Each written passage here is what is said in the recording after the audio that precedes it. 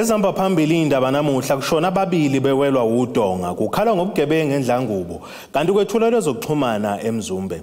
Indaba ze1KZNTV nifundele uphilano kaCebekhulu kaMzimba umntwana uyakhuleka ninabesilo sanibonani. Kushona abantu ababili bewela Udonga olubiyela umuzi endaweni yaseWaterloo enyakatho yeTheku. Ngokwembika benkampani onogada reaction unit iveza ukuthi izolo kusihlwa ngehora le-11 bathola umbiko ngalesi sigameko nokuthuma ngabe befika endaweni yesigameko bafica owesifazane nengane yomfana bevaleleke ngaphakathi okuze kwenziwa ke imizamo yokuzama ukubatakula namuhla ke emini ngenxa yesimo ke Udonga obelakheke ngayo. Usale ukhongathekile umphakathi waseWaterloo kaWard 106 enyakatho yeTheku emva kokuthi umndeni wakwathwala uwelwe Udonga okubikwa ukuthi belakhuwela ukwenza igarage ngaphambi kwendlu bebehlala kuyona. Kubikwa ukuthi kulendlu bekukhona abantu abathathu emagumbini okulala ahlukene okuthe izolo ebusuku ngezithuba zehora le-11 ebusuku kwazwakala owesifazane oneminyaka engu-59 ubudala kanye nomfanyana oneminyaka engu-16 ubudala bekhala becela usizo besemagumbini asondelene noDonga kwaphuma ilungu lomndeni ekuyilona elisindile lashayela onogada benkampani ka-Reaction Unit of South Africa ukucela usizo. Okhulumela lenkampani uPrem Beram uveza ukuthi bafika endaweni yesigameko ebusuku labo bobabili besaphila kodwa kunzima ukubasiza ngenxa yezitini nenhlabathi bekubambozile okwenze kwabanzima nakubona ukungena bebatakule. So last night, about 2300 hours, Reaction Unit South Africa received multiple calls. We received approximately 12 calls from residents in the Waterloo area in Pickle Pear, informing us that a wall had collapsed. We arrived on scene, paramedics and reaction officers, and we were informed by the community that two people were trapped under a slab, a wall that had collapsed. We also interviewed one of the occupants of the house who escaped injury. He informed us that his mother, who is 59 years old, and his brother, 16-year-old, were inside the premises. When paramedics and rescue workers got down, they heard the cries for help from the 59-year-old mother. A few minutes later, the cries for help had stopped.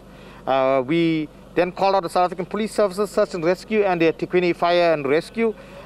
They are currently on scene. We've been here for the last 12 hours, and they are attempting to retrieve the bodies, believing that both are deceased at this stage. Oyilungu lomphakathi ongathandanga ukuthwetshula uthi buhlungu into eyenzeke komakhelwane wabo. Mfethu isizizwa kabuhlungu kwisimo esenzakalile endaweni kuvela isehlakalo lesi esivelile sibe nobuhlungu okukhona kakhulu lapho kudilika khona icinezela abantu sisebuhlungwini okuyisimangaliso somakhelwane sithi dudu nakumndeni nakumphakathi ngomnjalo futhi sibuhlungu kakhulu ngokushiwa undodana wala ekhaya oyiphelo kunye nelokhuzane yakhona nomama wakhona so usiphathe kakhulu kabuhlungu kakhulu lokho kwenzakalile. Kanti izinsolo nangokwembono yomakhelwane basola isakhiwo sokunyusa koDonga obekuzoba igarage ukuthi sisindwe izimvulu bekade zikhona einsukwini ezimbili ngenxa yokuthi bathi zibekwe emhlabathini obungaqinile.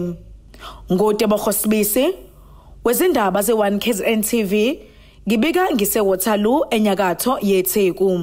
Inhloko yomnyango wezokuthutha kuphepha nokuxhumanisa umphakathi kwaZulu-Natal uSibusiso Gumbi uthi uhulumeni kangeka enqoba impi yokulwa nobugebengu ngaphandle kokubambisana nomphakathi kwazisa izigebengu zihlala khona emphakathini.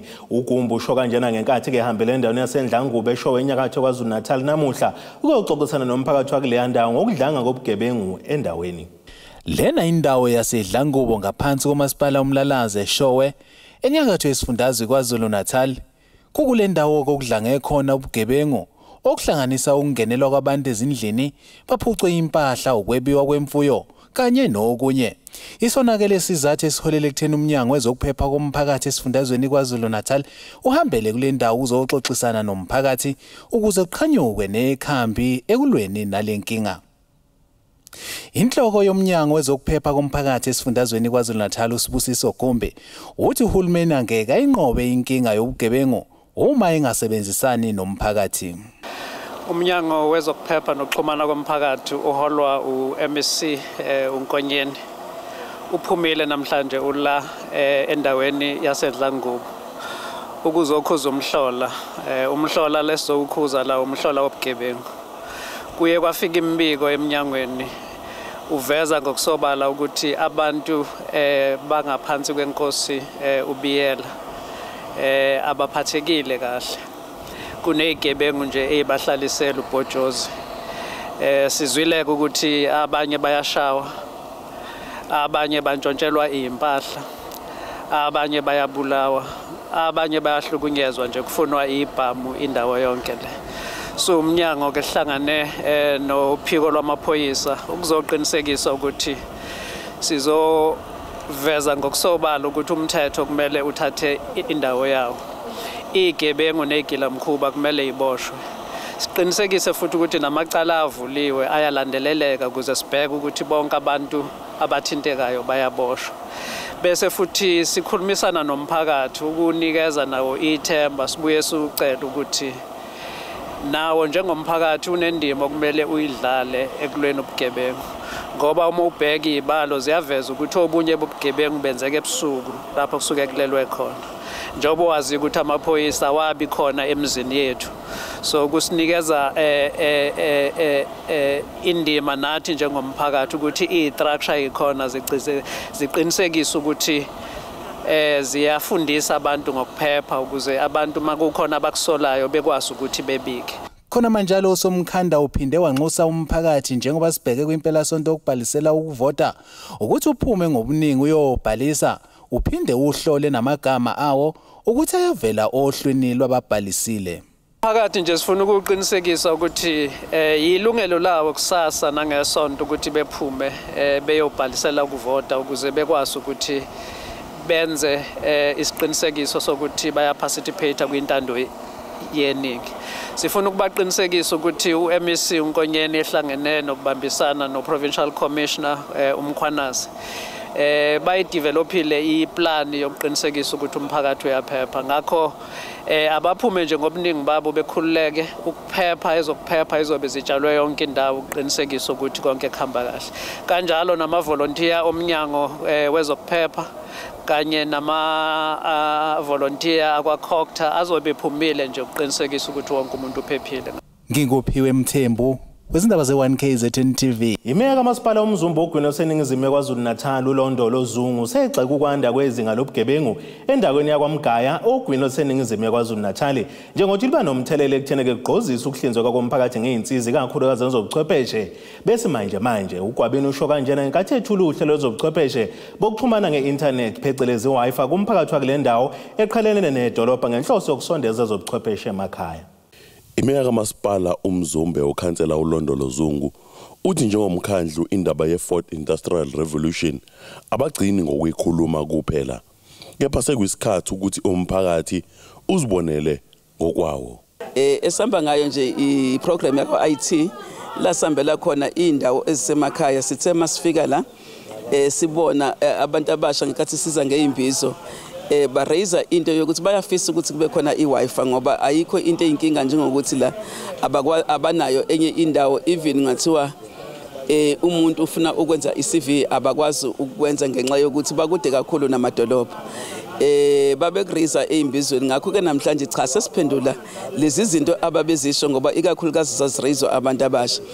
Kanti izinga lobugebengu ilona elizonqanda ukulethwa kwezinsiza emphakathini. Kuthiwa la izinga lobugebengu lithanda ukuba phezudlwana kuba thatha kubenzima ke kuthina ukuthi asikwazi ukuthi sithi sizobafakela ama laptop ke bona kodwa iWi-Fi njengamanje cha iyasebenza impela ikhona and esinye seyikole esizohlomula la iThembuzulu ikhona khona la and naso esinye seyikole esenza kahle kakhulu ngoba umatric wakhona cha amahlandla elandelana sezama abamabili benza 100% naba nje abafundi bakhona esilekelela kakhulu ke kubantu abasha ngoba lezi idingo zabantu abasha akufani nathina abantu abadala ngoba uma ukhuluma ngeWi-Fi thina sazi ukuthi ukhuluma ngani but kubantu abadala kubantu abasha izobalekelela kakhulu kodwa futhi kuzosiza abantu abadala ukuthi izingane zisizakale nokuthi izingane zingagibeli ziye emadolobheni nokuthi zicela imali yokuthenga idatha amsekho umzalo sobuye ithi ingane ayingicela imali yedatha ngoba usezosondela la ehall afike enze umsebenzi wesikole. Abafundi bakamatikuletsheni besikole isithembe uZulu bathi ukwakhiwa kwale Wi-Fi endaweni yenza ukwenza kwabo umsebenzi wesikole ube lula. I-Wi-Fi izosiza kakhulu singane sifunda ngoba ukwazi ukuthi wenze umsebenzi wesikole phinde futhi sithuthukise nabantu bomphakathi abafuna ukwenza izidingo zabo ngayo abakwazi ukuthi ba-check-e into abafuna ukuzidinga emafonini abo. Siyabonga kakhulu nge-Wi-Fi ngoba isiza kakhulu ekuqaleni ngethi i-Wi-Fi besitragisha kakhulu i-airtime for ukuthi sithole isiguglishe. Siyabonga kakhulu ngoba iy'ndleko sengincediseka kwanje ukudownload izinto ezithile zesikole la. Siyabonga. Ezindabeni ze-1KZNTV kube usigananda kwaMgaye eMzumbe. Inhloko yomnyango wezikagesi ngaphansi komkhandlu weTheku uMaxwell Mthembu sezwakala ukuphoxeka ngombhikisho weqembu le-DA namuhla ngaphandle kwamahhovisi alomnyango ekuseni likhala ke ngokunganakwa kweyinkinga zikagesi emphakathini kanjalo nowezigcobo zasemgwaqeni. uGabadela usho kanjani ngesikhathi emukela uhlu lwezikhalazo ze-DA nalapho eveze khona ngasokuthi ke ngaso sonke isikhathi uyaxhumana nobuholi baleli qembu eThekwini uma ngabe kuneyinkinga zikagesi kodwa phezulu kwalokho liyakhalaza leli qembu.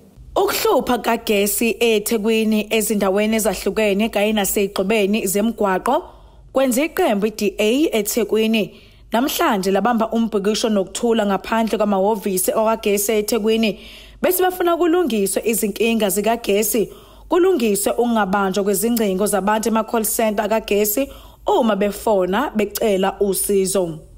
Oyinhloko yomnyango uMaxwell Mthembu uthi uphoxekile ngalombhikisho we-DA ngoba yena uhlezi ebatshela ukuthi ukuhlupha kagesi akuyona inkinga kamasipala kodwa babhekene nenselelo yomphakathi ontshontsha ugesi uphinde uphazamise ukusebenza kweziphehli zawo.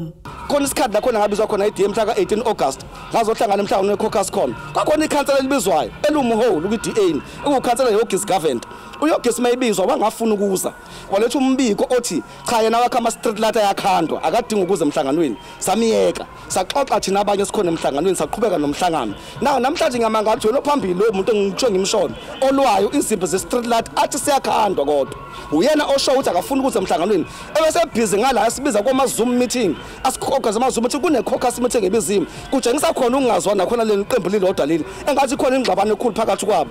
uMthembu uthi ngokwakhe ubona i-DA ingaxoxisani iyodwa nathi abalungise izinkinga zabo zangaphakathi okungazwani eqenjini.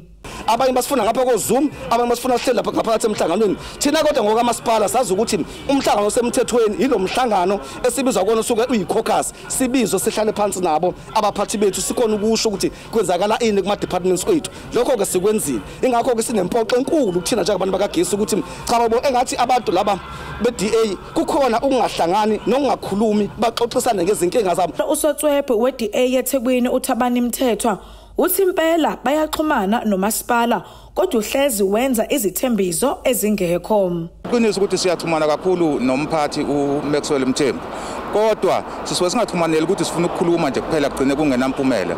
Inkinga esinayo ukuthi uhlezi enezethembiso eziningi ezigcina kodwa zingafezekanga manje ngabe sekufanele ukuthi kwenziwe implementation. Ngakho ukuxhumana kukodwa ukukhuluma kukodwa akusizi esikufunayo sifuna ukubona impumela.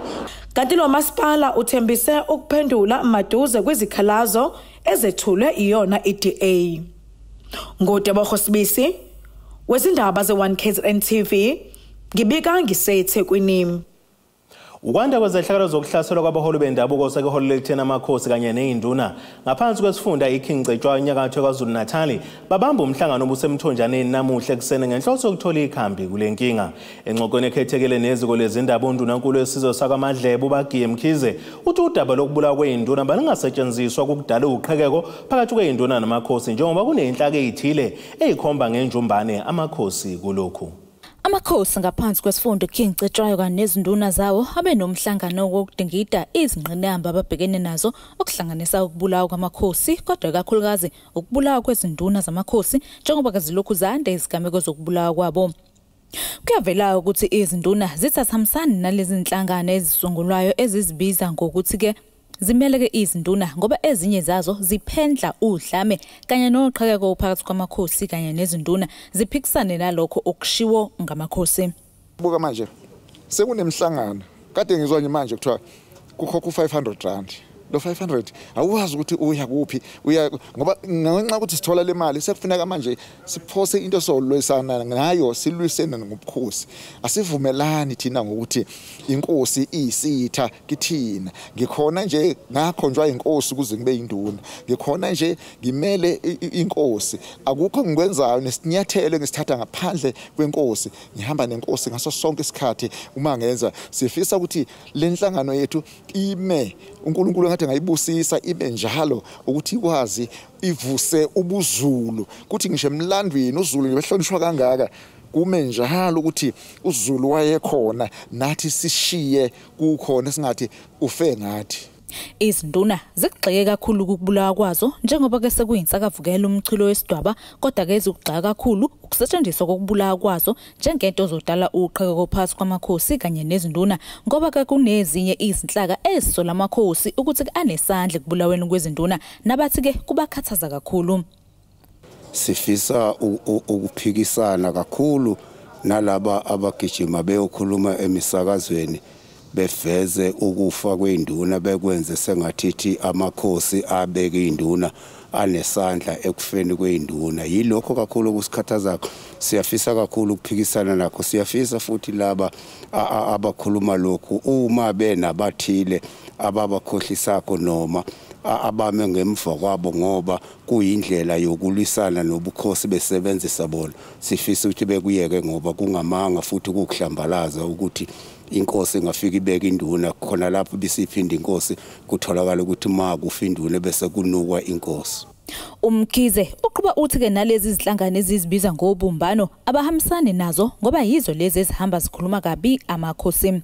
Asihambisani nobumbano ubumbano luhlaka lwenhlangano yamakhosi angaphansi kwecontrolesa okuyinto ebuswa inhlangano ekhona yezepolitiki okuhlaka lwayo lusetshenziswakho ngakho ke ubumbano asihambisani nalo ngoba laba abantu abakhuluma kanje abanuka amakhosi abakhuluma kabi ngamakhosi yibo laba abangaphansi kobumbano. Khona manjalo amakhosi kaPhawulile ngokubulawa kwezinduna ngokubhalwe phansi athi kawahambisani nokubulawa ngesihluku kwezinduna futhi ke ayafisa amaphoyisa kuba enze umsebenzi wawo kuboshwe izigebengu.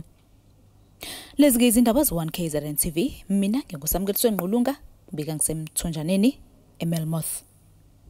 Uhlalo wenhlangano yomphilandawonye babanango ilima co-op uMandla Manzini uthi kwentuleka kwamathuba omsebenzi ikhona kubenza abahlangana beyintsha kule ndawo basungula lo mphilandawonye. uManzini usho kanjena ekhuluma nethemba lezindaba nenkathi umasipala wesifunda iZululand uzobanikelela ngeinsiza zezolimo ngenhloso yokuthi ke izitshalo bakwazi ukuyisabalalisa ezitolo ezinkulu kanjalo nakubadayisa abasakhulayo. Ukwentuleka kwamathuba omsebenzi ikhona okwenza intsha yaseBabanango yasukuma yasungula inhlangano yomphilandawonye iBabanango ilima co-op ngenhloso yokudala amathuba omsebenzi. Lentsha etshale izitshalo ezahlukene iqasha abantu abayisithupha kulensimu.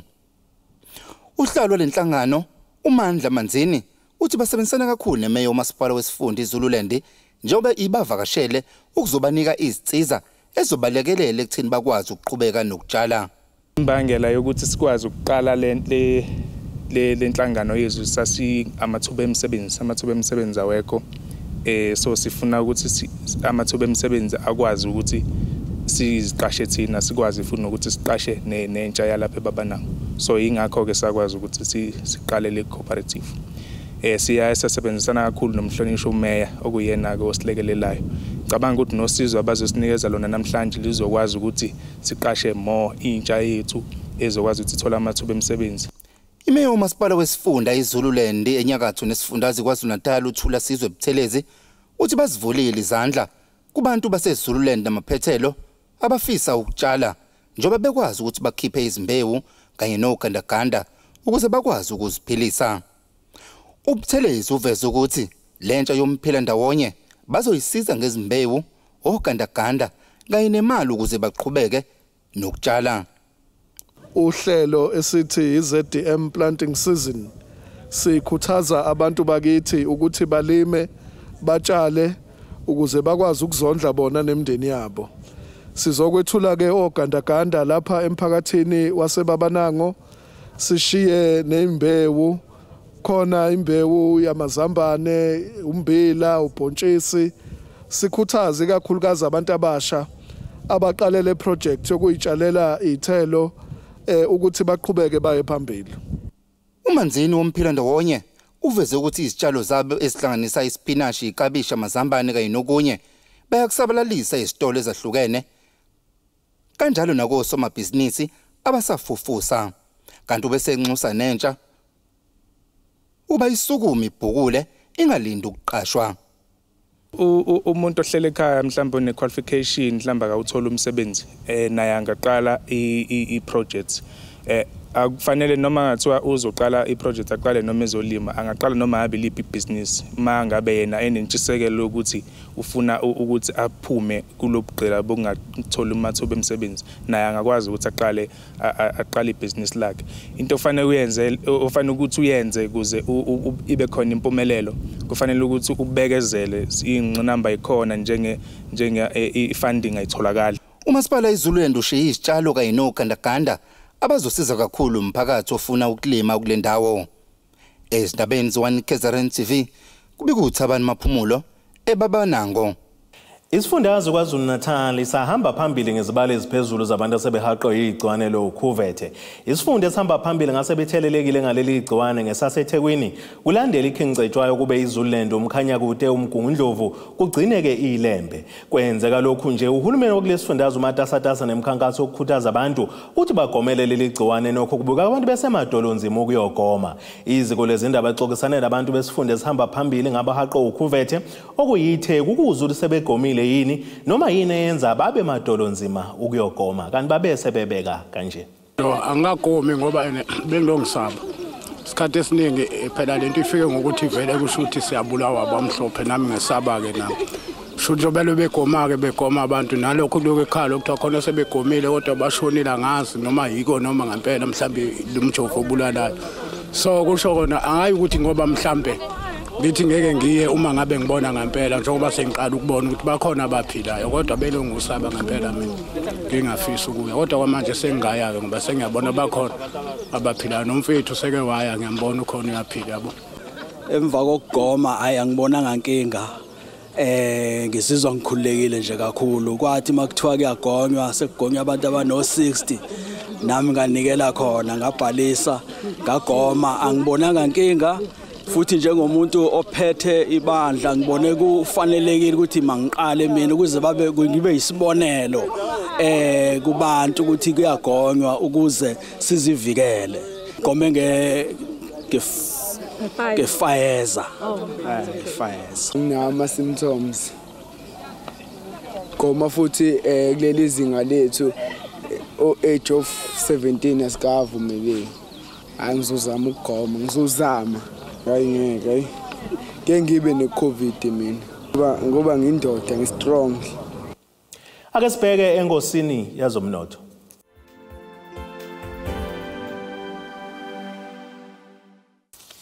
Iranda kuleli bezu R14.59 maqhathanisa nedola laseMelika bengu R20.12 maqhathanisa nopondo waseBrithani libe ngo R17.17 kwi-euro yase-Europe. Intengo yegolide yona ime ku $1,764.39 ounce ukuthi intengo yodwa ongahluziwe yona ime ku $75.67 umphongolo. Ake sibheke engosini yezemidlalo.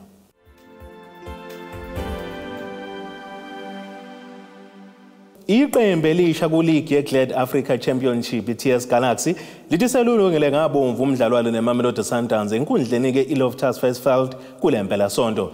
Leli qembu liya kulomdlalo wangesonto nje umqeqeshi walo Owen Dagama uzodibana nomgadli weSundowns akamqeqeshe seKuHighlands Park uPeter Shalulile ovuthe ngabasayelo kulezi insuku. uDagama uthi banawo amasu namaqhinga okuvimba ushalelo kwazisa kuyena umgadli ongavela umyekelele njengabe khona omqaphile uma ngabe senkundleni kwazise uyakufaka ukushisa.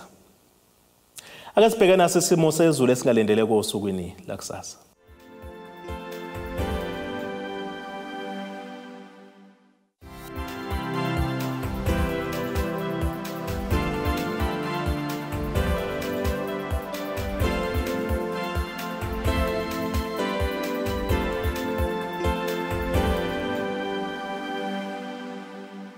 Nina benyathe emnyama kandaba ejame ngomkhonto ophezulu komzimvubu ziyagoqa bese iphaka namuhla kamzimba umntwana nethimba lonke le ndaba sithi khumu kuze kube ngokuzayo.